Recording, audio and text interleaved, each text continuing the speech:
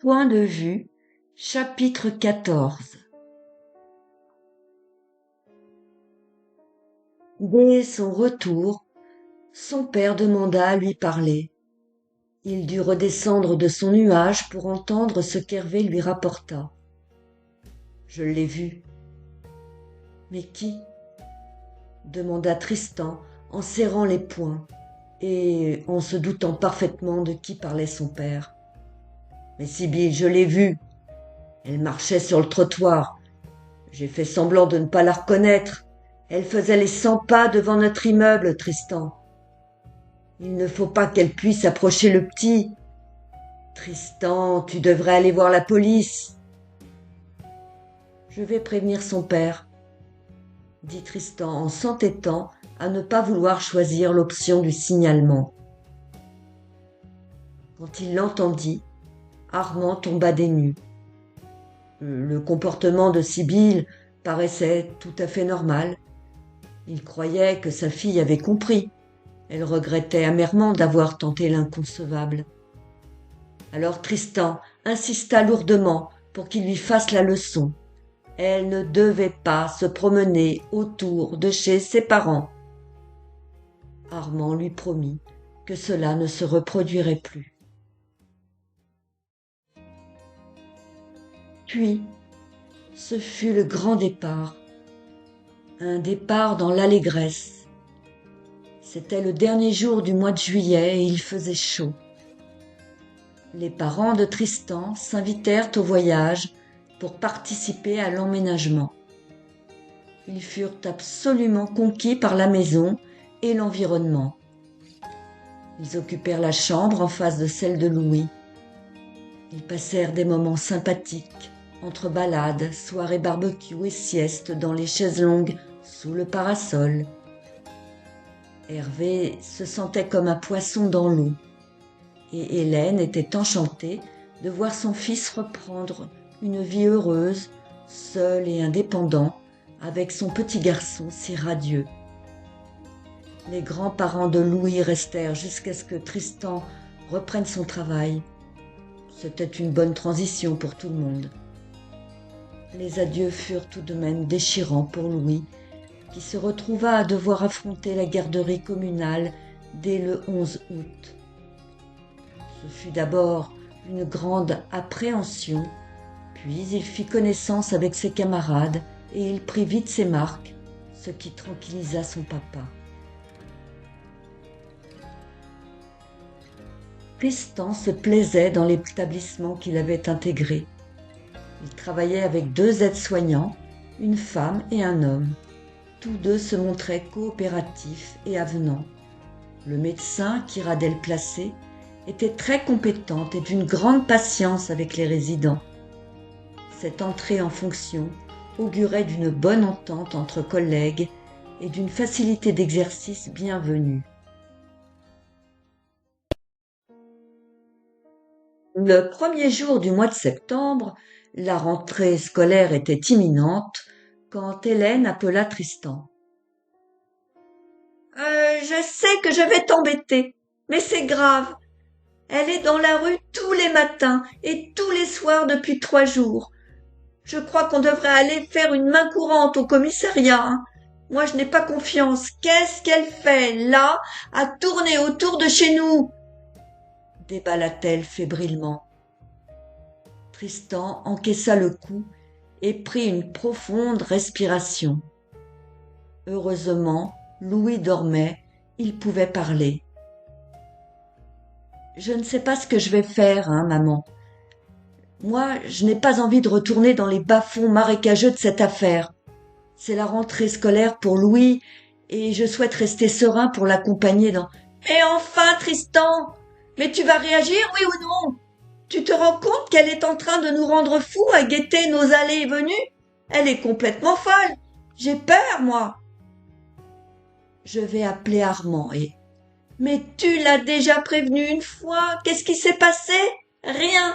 Elle recommence à venir rôder autour de chez nous. » Mais cette fois-ci, je vais être ferme et ce sera la dernière occasion qu'il aura de retenir Sibylle.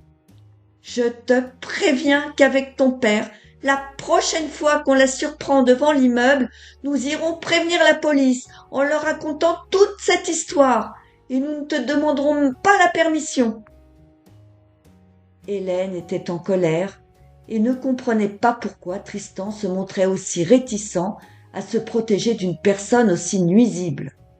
« Je te tiens au courant, maman. Je te jure que je vais menacer vertement Armand. » La conversation cessa.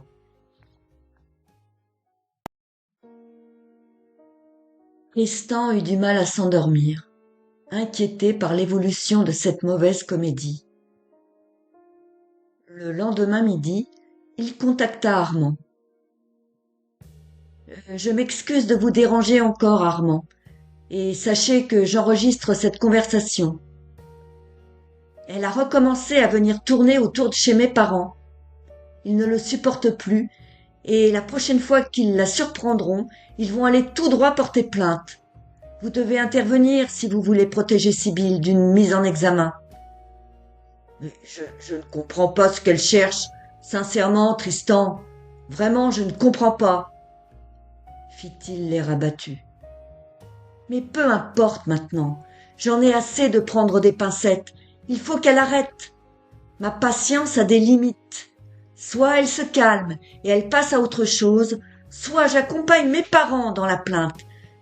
Je ne vis plus chez eux, Armand. J'ai quitté la région et je vous conseille vivement de lui faire savoir que plus jamais elle ne me reverra. » Il raccrocha, sans formule de politesse pour le saluer, et furieux de sentir la mollesse d'Armand vis-à-vis de l'égarement de sa fille. Armand, de son côté, se sentit coincé. Il n'aurait pas d'autre choix que de parler rapidement à Sibylle. Celle-ci, enfermée dans sa chambre, écoutait de la musique lorsqu'il entra exceptionnellement à la maison en fin d'après-midi. « Sibylle, il faut qu'on se parle !» cria-t-il du bas des escaliers. « Oui, papa, je t'écoute !» fit-elle d'une voix agacée. « Arrête ta musique et descends, je t'attends au salon !» continua Armand d'un ton sec. Ils se retrouvèrent assis dans la pièce.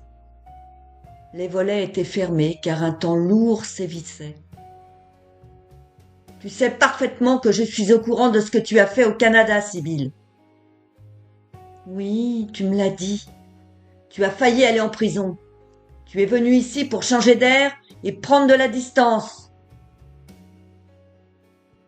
« Mais je ne sais pas si tu intègres bien dans quelle situation tu t'es mise en voulant emmener le gosse à l'étranger. »« Tu vas mal, Sibylle. Tu n'en as pas assez fait. On a passé l'éponge à chaque fois.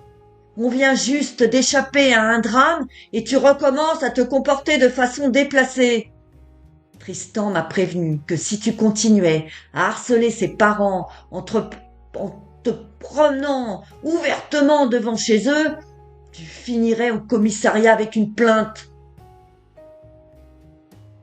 Mais tu ne t'es pas montrée très réceptive, quand tu es revenue après que Tristan ait découvert ton projet.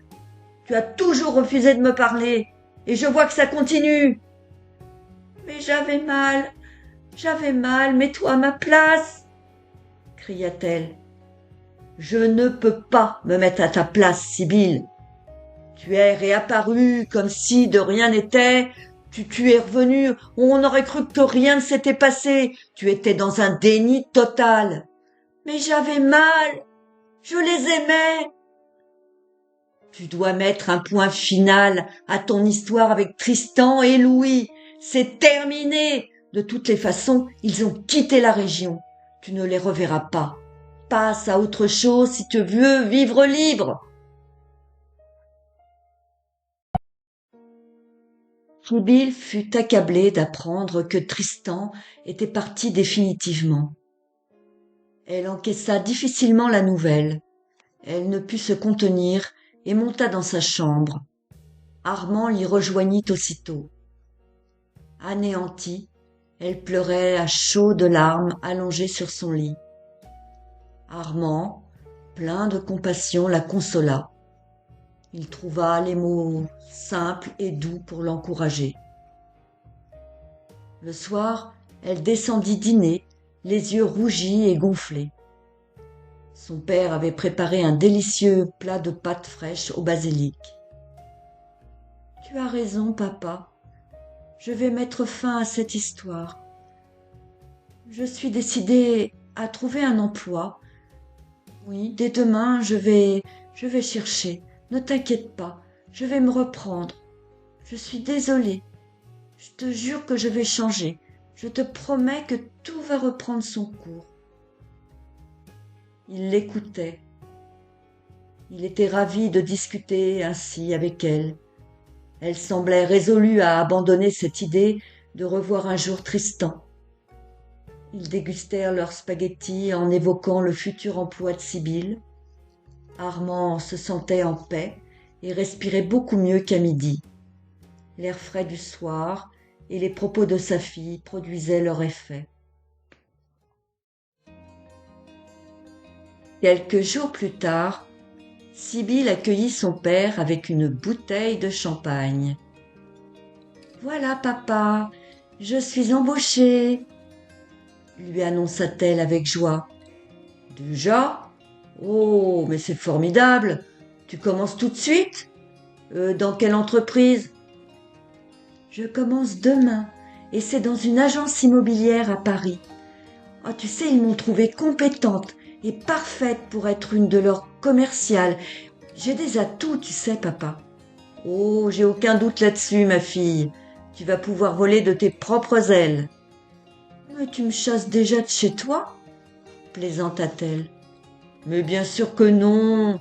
Tu pourrais même t'installer ici quand j'aurai déménagé à la Défense. » « C'est gentil. Mais tu sais, tu peux aussi vendre la maison et me prêter un peu d'argent pour que je déniche un petit appartement dans la capitale. Ici, j'ai des souvenirs douloureux, tu le sais bien. »« Certainement, certainement, je comprends. Nous en reparlerons dans quelques mois. Je veux d'abord en finir avec mes appartements. Il y a encore quelques bricoles à... » « Mais prends ton temps, papa.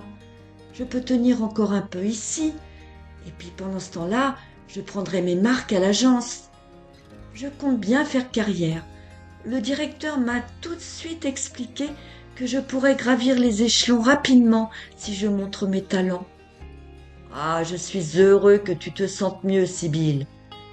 Tu devrais téléphoner à ta mère pour lui annoncer cette bonne nouvelle. Promis, je vais le faire demain, dès la fin de ma première journée. Comme ça, j'aurai de quoi lui raconter.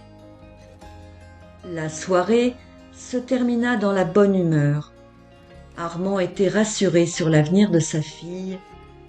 Elle n'était pas complètement détraquée, comme le laissait entendre Tristan. Loin de Paris, Louis avait découvert ses camarades de classe et Tristan surveillait de près son bien-être. Après 3 semaines d'école, sa gaieté, son enthousiasme et sa bonne mine témoignaient qu'il était heureux.